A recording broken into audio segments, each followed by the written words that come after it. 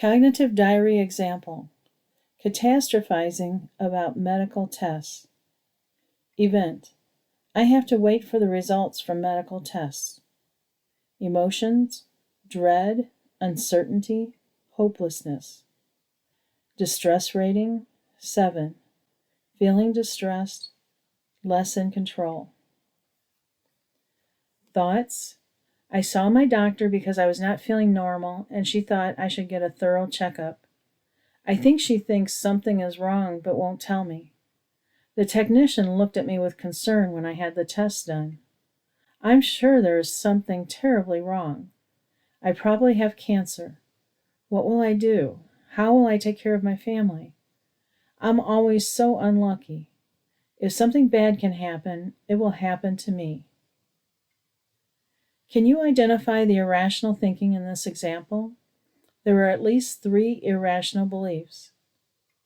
How can you change the thinking? What is another way of thinking about the situation that won't cause the feelings of dread, uncertainty, and hopelessness? Pause here before listening to the answers to consider what cognitive beliefs might be causing the self-talk and how to refute those beliefs. Answer: irrational beliefs. 1. Catastrophizing. In this situation, the person is anticipating the worst possible outcome regarding the test.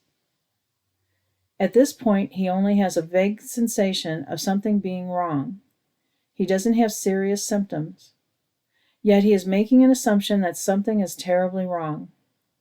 In addition to that, he then catastrophizes even further into the future, assuming that he won't be able to take care of his family. Catastrophizing about something such as medical tests is likely only to increase anxiety unnecessarily. Most of the time, the test will show either nothing wrong or something that is easily treatable. Also, because medical tests are so often administered these days, it means that more and more abnormal findings are found when there is nothing wrong. Therefore, even if a test is positive, it is still important to wait for conclusive results before overreacting. With catastrophic thinking, it is important to recognize that the worst-case scenario is not likely to occur. And even if it does, you can deal with it then, rather than using all your energy when nothing has happened. Some people might think, if I don't react, aren't I in denial? No, that is not the case. Denial is when you ignore obvious symptoms and just convince yourself that everything will be okay. If you are taking appropriate action and checking things out, you are not in denial. 2. Mind reading others. Although there is no evidence for his assumption, he is creating evidence by engaging in mind reading. He believes that both his doctor and the technician are withholding information from him. He interprets a simple look from the technician as the evidence he needs to justify his catastrophic assumption.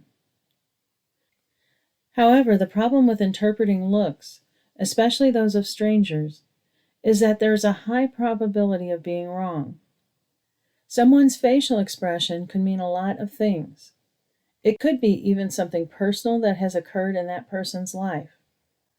Without more experience with that person, it is not clear what a look means. So with mind reading, it is important to remind yourself that you are likely to be wrong in your interpretation of other people's thoughts. 3. External locus of control. This person made a statement that he is unlucky and as a result believes that something bad is likely to happen to him. This is an external locus of control, which is believing that you have no control over what occurs in your life. With this type of belief, it is helpful to focus on how you do have control. For instance, he can focus on how he is taking care of himself by seeing the doctor and having the medical tests done. He can also recognize that if anything is wrong, he will take appropriate steps. These behaviors often decrease the likelihood of more serious problems. How can this thinking be changed? Right now, I don't have any information that there is a serious problem, so I am not going to dwell on that. I can't interpret the looks of other people because they can mean many different things. Instead of feeling hopeless and unlucky, I can focus on what I am doing to help myself. People who take action when there's a problem are more likely to solve the problem or decrease serious outcomes.